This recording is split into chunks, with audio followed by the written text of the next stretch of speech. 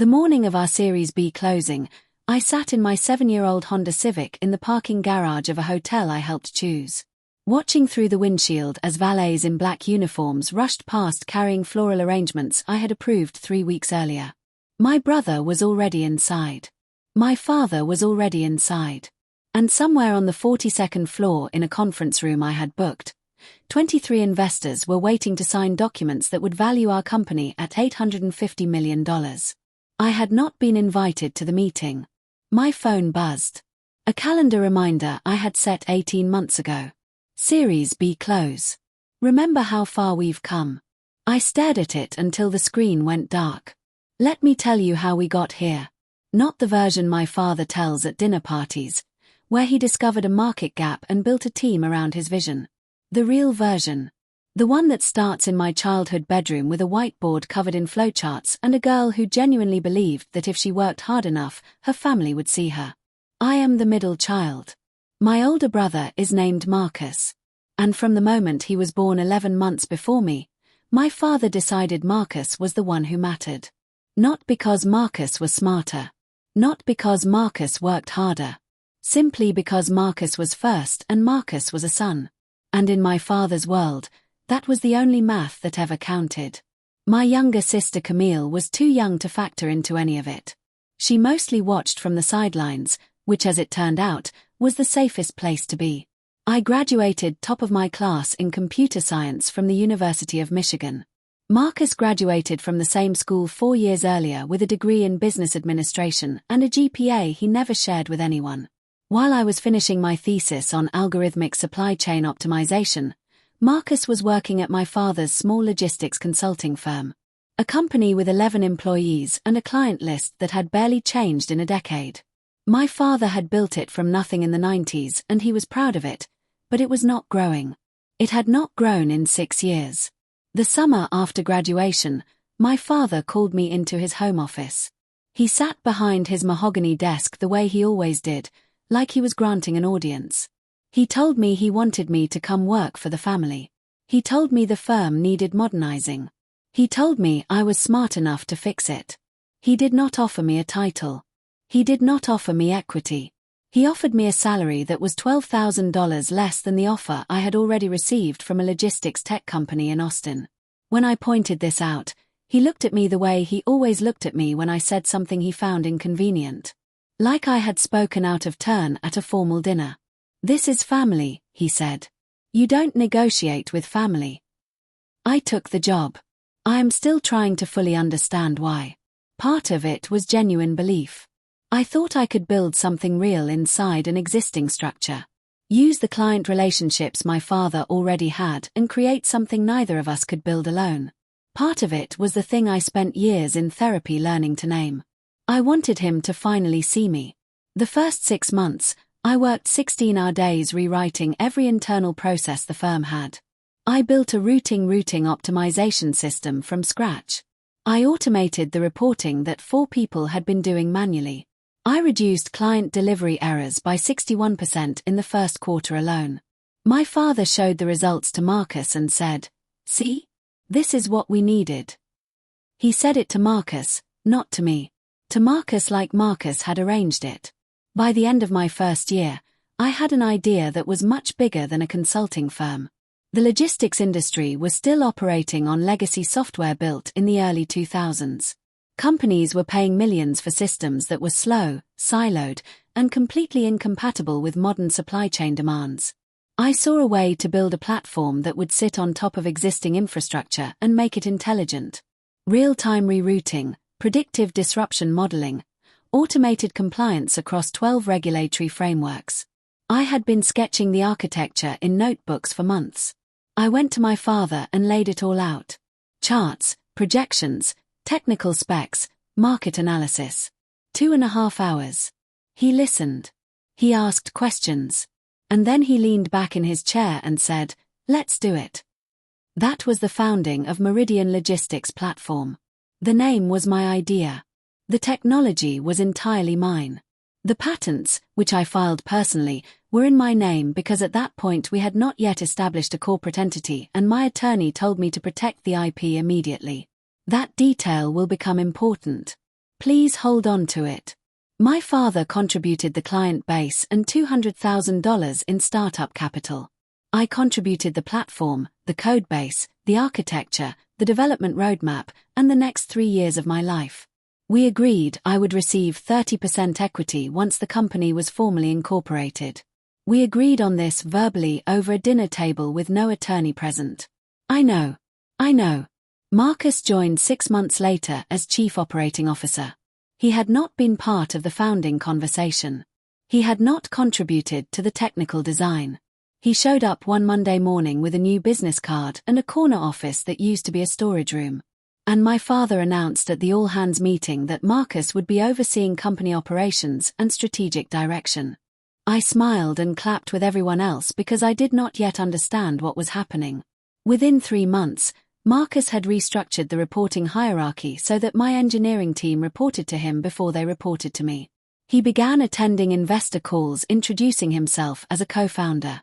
He gave interviews to 2 industry publications describing the vision behind Meridian without mentioning that he had been at the company for 90 days. One article called him the architect of Meridian's disruptive approach to legacy logistics infrastructure.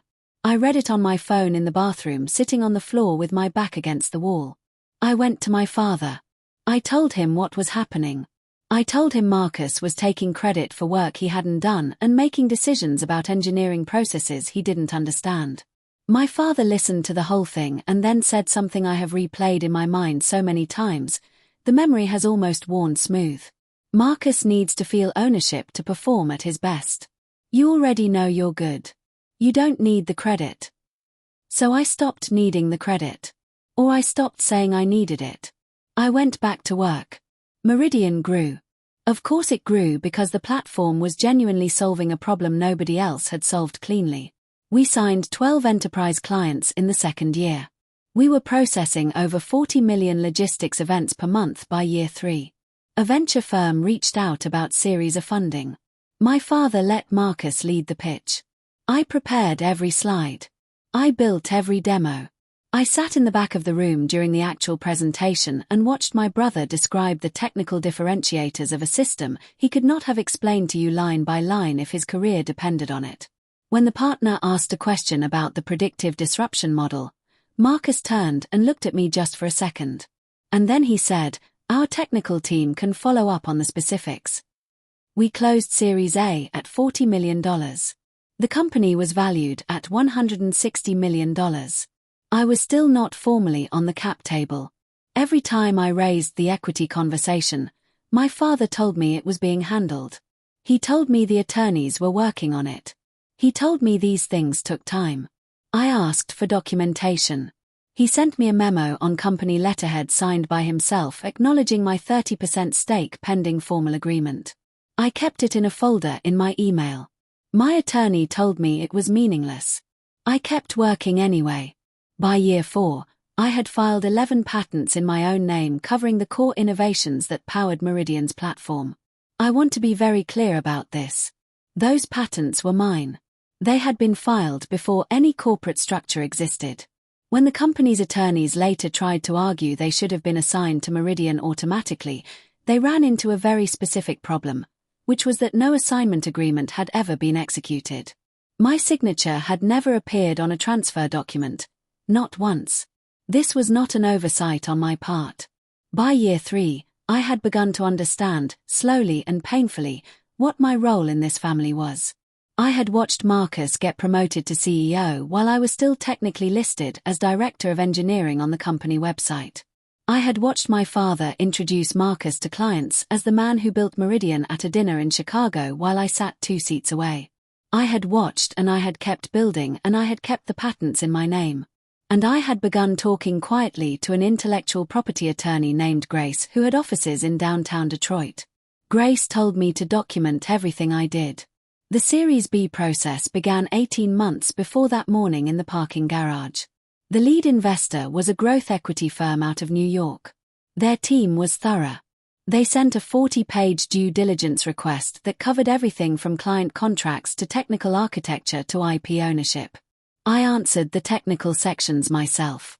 I watched my father and Marcus handle the IP section without consulting me. 2 months before closing, Grace called me with something in her voice I had not heard before. Careful. She told me the investors' legal team had flagged something in the IP schedule. The patents powering the core platform were registered to me personally, not to Meridian. The investors' attorneys were asking for an assignment agreement before they would allow the deal to proceed. My father called me that same evening. He did not ask. He informed me that I would be signing the patent assignment the following morning, transferring all 11 patents to Meridian as a condition of the deal closing. He said it the way he said everything, like the conversation was a formality, like my response was already decided, like I was a process that simply needed to be executed. I told him I needed to talk to my attorney first. The silence on the phone lasted 4 seconds. I counted. "This is not a negotiation," he said. "This is family business. You will be there at 9 o'clock. I was there at 9 o'clock. I sat across from a table of attorneys, my father, and Marcus, who was in a suit that probably cost more than my monthly rent. They slid a document across to me, 43 pages, assignment of intellectual property from Elena Vasquez, that is me, to Meridian Logistics Platform LLC, in exchange for consideration of $1. $1. I looked at Marcus. He was looking at his phone. I looked at my father. He was looking at me the way he looked at things he expected to cooperate. I asked about my equity, the 30% we had agreed to 7 years ago. My father said the equity structure had been revised during the Series A process to better reflect contributions. Marcus held 40%. My father held 50%. A small options pool held the remaining 10%, which was designated for key employees. I was listed as a key employee. I would be eligible for options vesting over 4 years. Options vesting over 4 years in a company that was about to be valued at $850 million for the patents I had built it on. I picked up the pen, I put it down, I said I needed more time to review the document. My father told me the closing was in 48 hours and there was no time. Marcus looked up from his phone and said, "And I want to get this exactly right because I have thought about it every day since, Elena, you're the engineer. Engineers don't own the company, they build it." I stood up, thanked everyone for their time, and left. That night I called Grace and told her everything. She was quiet for a long moment, then she said, "Elena, you understand what you're holding, don't you?" I told her I was beginning to. The next 36 hours were the strangest of my life. My father called 11 times, Marcus called twice. My mother, who had been present at that meeting and said nothing, called once to tell me I was going to destroy the family. I sat in my apartment with Grace on one end of the phone and a very particular kind of clarity on the other. The investors' closing was contingent on clean IP. Without the patent assignment, the deal could not close. Without the deal closing, Meridian's valuation was theoretical. The clients were real, the revenue was real, the contracts were real.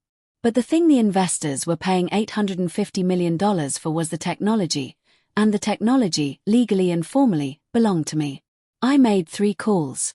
The first was to Grace to authorize her to contact the investors' legal team directly. The second was to a partner at a different growth equity firm, one I had met at a conference 8 months earlier who had expressed interest in Meridian before my father chose the other firm, to schedule a conversation. The third was to my sister Camille, who had watched all of this from the sidelines for 7 years, and who, when I told her what was happening, said only, "What do you need from me?" Grace's conversation with the investors' legal team lasted 40 minutes. By the end of it, they had a complete picture of the IP situation, including the filing dates, the absence of any assignment agreement, and the memo my father had signed acknowledging my 30% stake. That memo, which my father's attorneys had told him was meaningless, turned out to be meaningless in the wrong direction. It was not enough to give me equity, but it was exactly enough to establish that my father had knowingly represented a cap table that did not reflect reality to outside investors. The closing was postponed. My father's attorney called Grace and described the postponement as temporary, pending a corrective agreement. Grace described it as the beginning of a conversation about fair terms. That conversation lasted 6 weeks. I will not walk you through every hour of it because some of it is still under NDA, and some of it is simply too tedious to be worth your time. What I will tell you is that the investor did not walk away. The technology was too good and the market position was too strong for them to walk away over a family dispute. What they did do was insist that the cap table be resolved correctly before any money changed hands, and they brought in an independent mediator to oversee the process. My father, faced with the choice between a corrected cap table and no deal at all, chose the corrected cap table. The final agreement gave me 28% equity, 2 points less than the original verbal agreement, which I accepted because Grace told me taking it to litigation would cost more in time and certainty than the 2 points were worth, and because I wanted to be done. The patents were assigned to Meridian as part of the agreement. In exchange for the equity formalization, and a separate licensing fee structure that compensated me for the years they had been in commercial use without assignment. The deal closed on a Tuesday. I was in the room this time, at the table, which was not a small thing. My father shook hands with the investors and smiled for the photos. Marcus stood beside him. I signed my documents, shook hands with the lead partner, and walked out to get coffee with Camille, who had driven 2 hours to sit in the lobby and wait for me. A 28% stake in an $850 million company is $238 million on paper. I tell you this number not to be impressive, but because I think it matters that you understand what engineers don't own the company actually cost my family. Marcus and my father got their deal. They got their outcome, but they got it with my name on the cap table in permanent ink. And they got it only because I had not signed a document that for 7 years they had never thought to make me sign. They forgot that the thing they were selling was still mine until I said otherwise. My father did not speak to me for 4 months after closing. My mother sent a text message that said she was glad it had worked out and asked if I was coming home for Thanksgiving. I did not respond. Marcus sent nothing. Camille and I had dinner 3 weeks after closing at a Thai place near her apartment in Ann Arbor. She ordered the green curry. I ordered the same thing. We talked for 3 hours about nothing to do with any of this, and then at the end, while we were waiting for the check, she looked at me across the table and said, "You know what the worst part is? They still think you owe them something." I thought about that for a long time. I think she was right. I think that is the nature of a certain kind of entitlement. It doesn't end when it loses, it just reorganizes itself around a new grievance. The company I am building now is called Arden Systems. It is mine in every way that a company can belong to a person. I am the founder, the CEO, and the majority owner. Every patent is filed with the corporate entity as the assignee. Every agreement is documented, witnessed, and reviewed by Grace before anyone signs anything. I have a team of 11 people who know exactly where they stand and why, because I promised myself that was the one thing I would do differently. I get asked sometimes whether I regret staying as long as I did, whether I regret the 7 years. I have thought about this with more honesty than I have thought about almost anything. Here's what I actually believe. I do not regret building Meridian. I built something real. I solved a real problem. The work mattered. What I regret is how long it took me to understand that love and fairness are not the same thing, and that wanting someone to see you is not the same as requiring them to treat you correctly. Those are 2 different things. For a very long time, I confused them. My father called on my birthday in March. I let it go to voicemail.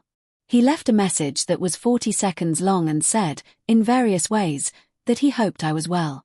I listened to it once and then I sat with it for a minute, not because I was considering calling back, but because I wanted to make sure I felt what I actually felt, which was, in the end, very little. Not anger, not grief, something closer to the feeling you get when you look at a scar and realize it stopped hurting so long ago you can no longer remember exactly when. I did not call back. If you are watching this and you recognize yourself in any part of what I just described, the long years of being the one who built everything while someone else took the credit, the verbal agreements that were always going to be formalized later, the family that told you loyalty meant staying silent, I want to say something directly to you. Protect your work. Put everything in writing. Find an attorney you trust before you think you need one. And understand that leaving is not betrayal. Sometimes it is the most honest thing you can do, both for yourself and for the people who have been telling themselves a story about you that was never really true. The green curry, by the way, was excellent. Camille always knows the right place. Where are you watching from? And have you ever built something, that someone else tried to take? Not a stranger, but someone who was supposed to be on your side. I want to hear about it in the comments. And if this story stayed with you, stay with us. There is more on this channel that I think you will recognize.